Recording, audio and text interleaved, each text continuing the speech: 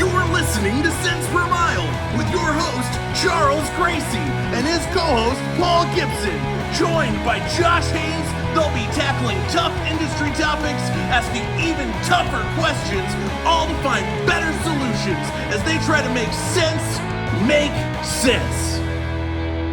Thank you for tuning in to Cents Per Mile. I'm your host, Charles Gracie. And I'm your co-host, Paul Gibson. Hey, I'm Josh Haynes, and I will be your broker for today. What are we talking about, guys, on today's episode? We're talking about small carriers trying to be big. Yeah, I mean, it's one of those things. It's a crazy space to navigate, especially after last year, which we'll definitely get into. But yeah, it's a tough space. And obviously, you have to operate in a way you can't operate like a mega carrier, but like how do you gather market share? You know, how do you decide how to grow? Do you grow, that kind of thing? So, yeah, I mean, before we hop into that, our sponsors for today are CDLLife and Hot Seat Services. Check them out. So it's, if you're watching this, it's Wednesday. If you're watching this when it airs, and we're about to be at Matt's. As a matter of fact, after we get done here, that's what we're going to do. So if you're going to be at Matt's, come say hi. We'll be around for sure. Look for Josh, who's going to look like he's applying for a broker outfit. Applying for it, I am it. All right, gentlemen, let's move on to our first topic, which is 10-2 news. All right, so it's time for 10-2 news. So we scour through CDLLife and see what the coolest articles are, or like the most interesting articles from the past couple weeks. So the first article is in British Columbia. Basically, they're trying to, or did pass a law that essentially would allow fines for up to $100,000 and or 18 months in prison for trucks that strike bridges. Give me the 18 months on that one, man. $100K, that's almost a truck payment. That's a truck. Like, come on. Well, I mean, I think it depends on if you're doing lease purchase or not. That might be half. Well, lease purchase, you might not ever actually get the purchase. But either way, dude, like 18 months, like, I mean, I don't know. Me and Josh are from Kansas City. I don't know if you've ever heard of the infamous Independence Avenue Bridge. There's a lot of people getting put away. You know, that by itself, I feel like, that could cause a driver shortage. Yeah, well, and a prison availability shortage, because, like, come on, this happens all the time. In Joliet, Illinois, they got the bridge there's literally trucking terminals right there, and they hit the bridge and they see it every day. Yep, they're definitely gonna have to start paying those oversized guys more. Now, our second couple stories is a little bit more serious note than we usually try to have on the show, but it's kind of a topic that's near and dear to me. They found a driver passed away in his truck after no one had heard from him for 2 days. They don't really expect foul play. It's under investigation. But he was there for 2 days, dead in his truck. And then a week later, the same thing happened in Nebraska. And the interesting thing is they're reporting on it, but like, this happens. Like, I even lost a friend earlier this year. Like, he had a heart attack in his truck and no one heard from him for a couple days. Like, that just goes to show, like, how alone you are out on the road and how much of a weight physically on your health that this job takes. Oh, it's mentally and physically stressful. I've been there, I've done it, and there's not a lot of solutions out there. I mean, you got people out there advocating it for a healthier lifestyle, healthier choices, workout routines, but they actually have to find time to do this stuff. And the only time they can divert to exercise at all is their own. So, I mean, it just shows how slanted this whole thing is. And we as an industry need to do better. And 2 days, like, man, I didn't have a dispatcher not talk to me at least 3 times a day. Well, I mean, not just that, though, but it also shows some of the disconnection, too. Like, I mean, if you passed away at your desk, someone would know within an hour, maybe 3 tops. Like that's just it's insane. And drivers are out there in that box on their own. It's not regulated. Like nobody has to get the body home. That's why things like Truckers Final Mile and Tier exists. Which is crazy that we have to have a fundraiser to get drivers home after they pass away on the road. Right, and most of them that exist don't have the like can't maintain funding, and most of them are operated by drivers. And like it's just a sad state of things. But anyway, that being said, it's time for Behind the Wheel. All right, so it's time for Behind the Wheel. So we here at CDLLife have access to the largest driver audience in the world, and we ask drivers questions so we can get real opinions from real drivers about real issues.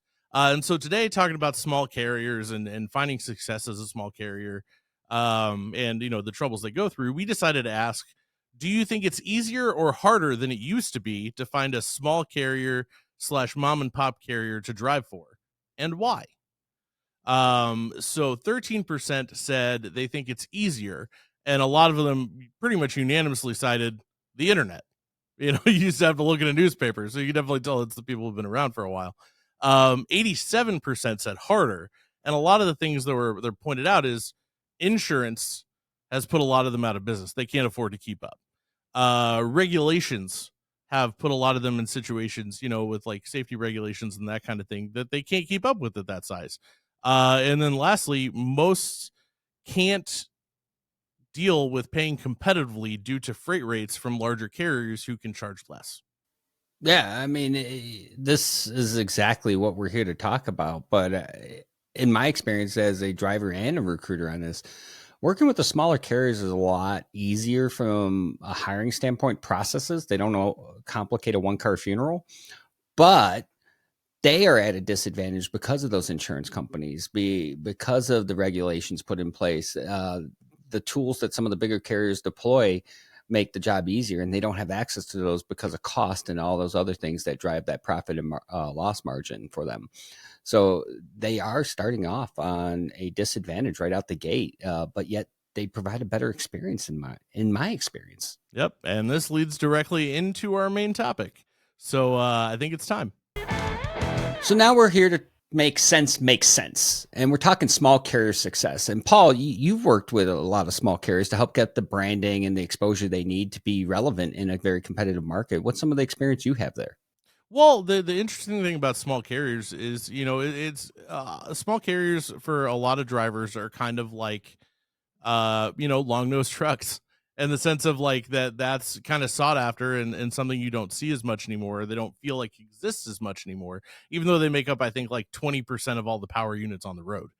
But it is harder to cut through that noise. It's hard for a mid-sized carrier to cut through the noise of the internet. So I think the big thing is showing a lot of times your drivers that you do have, even if you're a small fleet, your drivers can speak to that. Because typically most small carriers, especially with the insurance things they face, are hiring experienced drivers who know how to explain the difference between working there and working at a mid-sized carrier. You're not just going to get they treat you like family. You're going to start getting this is why I work here. And then using your drivers to present that, as a small carrier, typically holds a lot more weight than a large carrier where drivers know that you're picking one person out of 1,000 or out of 500. It's like, 3 out of 12 people that work there think this place is amazing. So what's really cool is, you offer the insight of how to get them that exposure and that reach. And from a recruiting perspective on that, that's an important component for them. But also from a recruiting perspective, to help them get that reach, often companies like myself and Hot Seat Services are deployed to help them further their reach and their exposure within the driver market and get their offer out there. There's all kinds of little things that they can do that can help them get that big carrier approach. But cost is a big one for them. When you're a smaller carrier, one truck, if you got 3 trucks and one goes down, those other 2 are barely able to pull that margin to keep you in the black versus being in the red. And if something happens on those trucks, and it's the law of averages, it could be the difference between a bad month or a bad quarter, depending on what went wrong. And we all know that the old saying that no one's going to take care of it the same way you will. That's true in these small carriers. I remember with my dad with his fleet of trucks, he taught me that at an early age. The way he took care of his truck is not the same expectation he could have for his people. He hoped to have it, but he learned that wasn't the case. So there's just all kinds of obstacles that go into that. And working with these accessorial services can help further their reach, can help further their brand. But cost, it has to be cost efficient. It has to make sense for them. So how do they sift through all of that noise? And that's one of the things where you've worked with them on the video capacity, helping get them branding, giving them their bang for their buck on that end. I've worked with them on the recruiting side of things to try to, make sure that they get the best of the best, because a bad driver can make or break their entire operation at that size. Well, and I think a lot of that also depends on intent. Are they a small carrier who's trying to grow, or do they want to stay about where they're at, because they got stuff locked down? And most of the time when it comes to advertising, if you're at, a set amount of drivers and you want to stay small, like word of mouth is everything. And a lot of times it turns into a club. It's like, oh man, I'd love to work there. Oh, well, all the trucks are full. But if anything happens, we'll let you know. And a lot of times when I've approached companies that size about advertising that don't have an intent to grow, they say no, because if we start putting branding and stuff like that out there everywhere, we're going to have more applications than we know what to do with. So let's talk about this a little bit. So what are the perks of being a smaller carrier? Well, in the recruiting side of things, we look at what the wins are. And the wins for a smaller carrier, they're very personalized. Generally, when there's small carrier, everyone knows everyone. Everyone knows the boss. It's an open door policy. And without sounding cliche, it does feel like a family. But they also paint clearer expectations. Generally, when I'm working with a smaller carrier, they are not scared to go out there and say, you are not a good fit. They will stay away from a bad hire because they know that could dictate success or failure. You also have a more direct route as far as the relationship between you and the ops team. It's no longer, hey, this person's got 50 people they're trying to plan for. They generally have a smaller group, so it's more personalized. The relationships are stronger. These are some of the wins with being a smaller carrier, that if you can communicate these out there, they're going to help you. So we got some exciting guests coming on to talk about different aspects of it. I think we should hop into it. Yeah, I mean, that's probably the coolest part, is that, in my experience, you remove a lot of the bureaucracy, and those small carriers, the people in the office are actually empowered by the owner. But that being said, speaking of bureaucracy, we have a guest to talk about safety with small carriers right after the break. Hot Seat Services has Rent-A-Recruiter. Wait! Hey Michael, have you heard that Hot Seat Services Rent-A-Recruiter service will place their staff in your organization similar to a temporary hire model? No way, what else does it do? Follow me, I have to tell everyone. They take leads in existing databases to put new hires into your business's trucks. Well, shiver me timbers! What else? Come on! Their model is more cost efficient because their recruiters are trained and can get your pipeline flowing easier and faster. No way. Anything else? No matter how many hires they make, it's a set cost per week, so the more they get, the better their client's cost per hire gets. Holy sh**. For more information and to find out for yourself, go to hotseatservices.com. All right, we're back. And right now we're with Sam Watts. He's the safety supervisor with Meiborg Brothers, Inc. Sam, welcome to Cents Per Mile. Well, thank you very much for having me. It's an honor to be here. Is that too much? I feel like that was too much, but it's great. Our heads might not fit through the door after the show now. I'm happy to be here. I've seen the show, and I've talked to both of you guys. I'm just happy that it all worked out and we could chat on here. Well, speaking of making it all work out, we're talking about how smaller carriers can be successful and kind of gear themselves towards being bigger carriers, and safety and planning comes into that. So tell us a little bit about what you see there. Yeah, so safety is an interesting thing when it comes to trucking, because there's so many different levels that you have to have when it comes to like operations and HR and accounting. Like as you grow a company, you kind of morph with that. But with safety is the exact same if you have one truck versus if you have 10,000 trucks. I mean, a lot of times smaller carriers will get themselves into trouble with safety because they think because they're small that no one's going to notice them. But the FMCSA sees you just the same way if you're one truck versus, like I said, 10,000 trucks. So safety, it's so important to have a very solid base with safety when you're small. And if you plan on growing, then you already have that foundation laid. It's just like anything, like any good business. You have to have that foundation laid, and then you can grow the safety department. And as the trucks come and you build your fleet up, your safety should be able to maintain everything if you have that good base, if you have that proper discipline when it comes to safety when you're small. Make sure your driver qualification files are right, making sure that you're paying attention to your CSA percentages, and making sure that you're staying under that, making sure your equipment is good. If you have bad equipment when you're small, you're going to have even worse equipment when you're big. That's just my opinion. But if you don't take that maintenance piece seriously when you're small, and I get it, I was part of a small fleet for a number of years. That maintenance when you're a small fleet is a killer, just because it's so expensive. And it was, I'm talking a couple of years ago, it's even more now. And so a lot of guys will try to kind of push that away, or, okay, we'll get down the road and then we'll figure it out. But man, it just, the more you put it off, the more it accumulates. And all of a sudden now you're looking at a $10,000 bill and your truck is blown up somewhere, and you can't move. So it's when you're small, it's so important to get that discipline factor down first, lay that foundation. And then as you grow your fleet, your foundation will grow with you if it's good. Now, I imagine a lot of that comes down to cost and manpower and resources. So if I'm a small fleet and I have questions, I'm probably looking for a place to where to get those answers. I mean, what's some of your recommendations as far as content goes, or places they can seek some of these answers? Me. I'm the answer guy. That's all there is to it. That's a fun thing. I lined you up there. I'll bill you later. Yeah, exactly. Thank you very much. No, yeah, just reach out to me.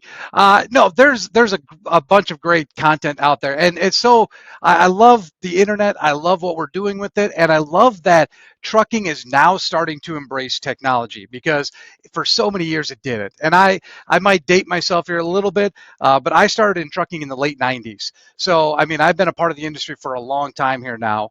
And I know what you're thinking, Sam. You couldn't possibly be that old. I am, but thank you for the compliment.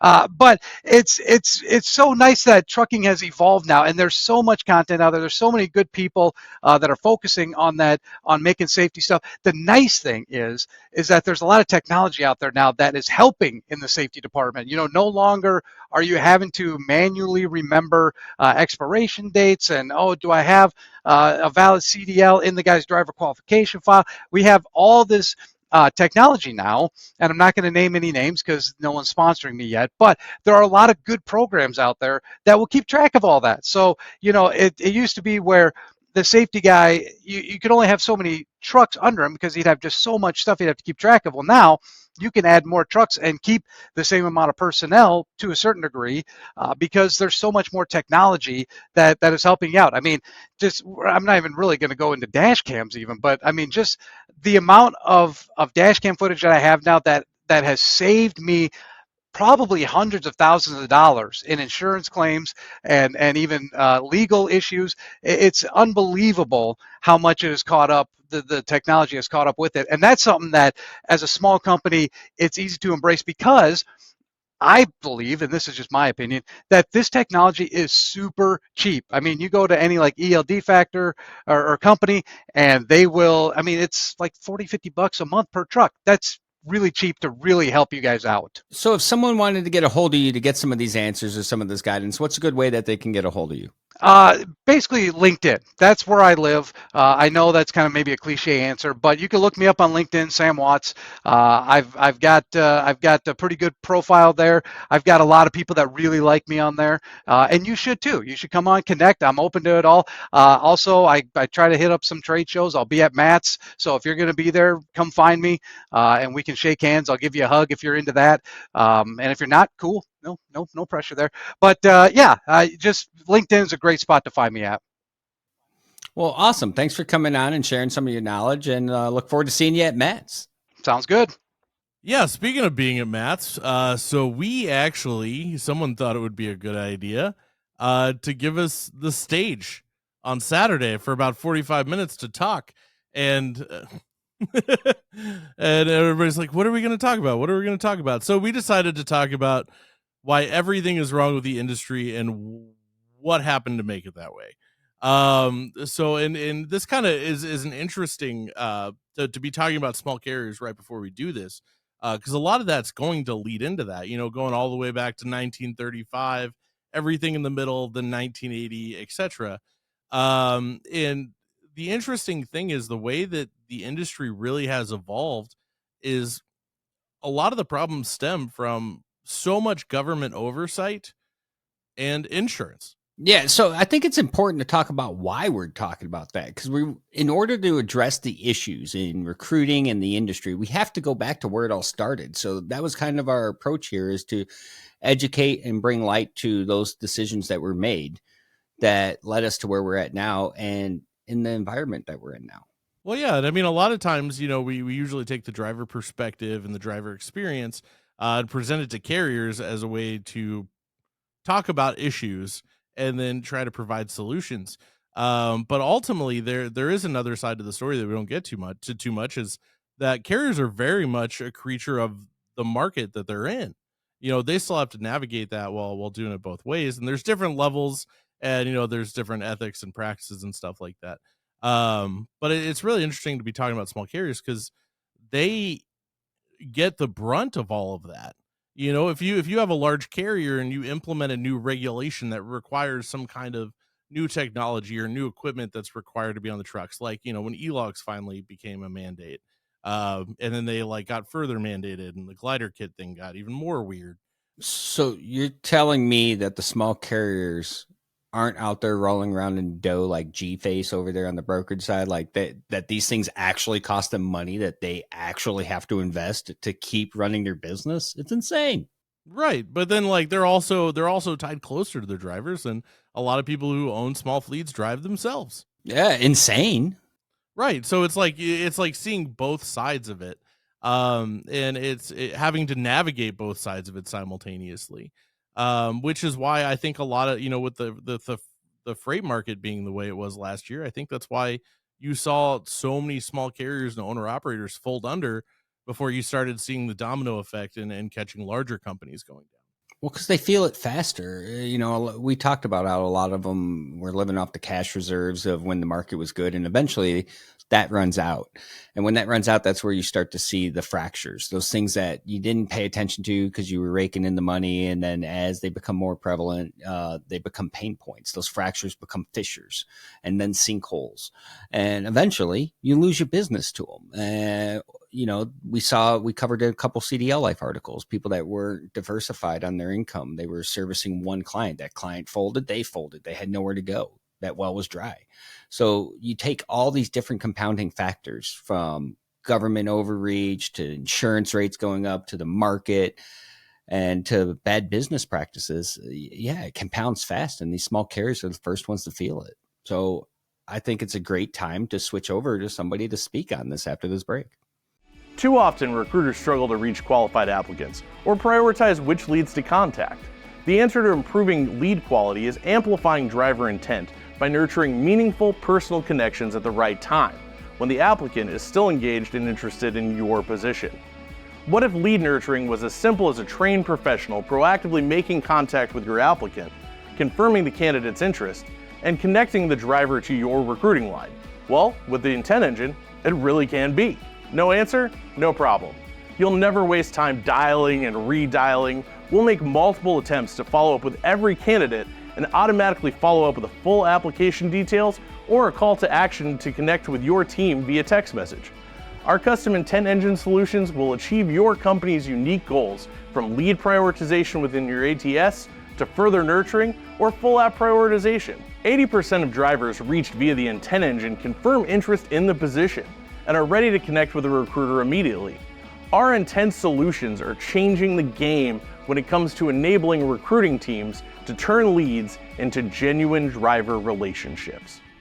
Well, we're back, and I have Jamie Hagen from Hellbent Xpress. Welcome to the show, Jamie. Hey, how's it going, fellas?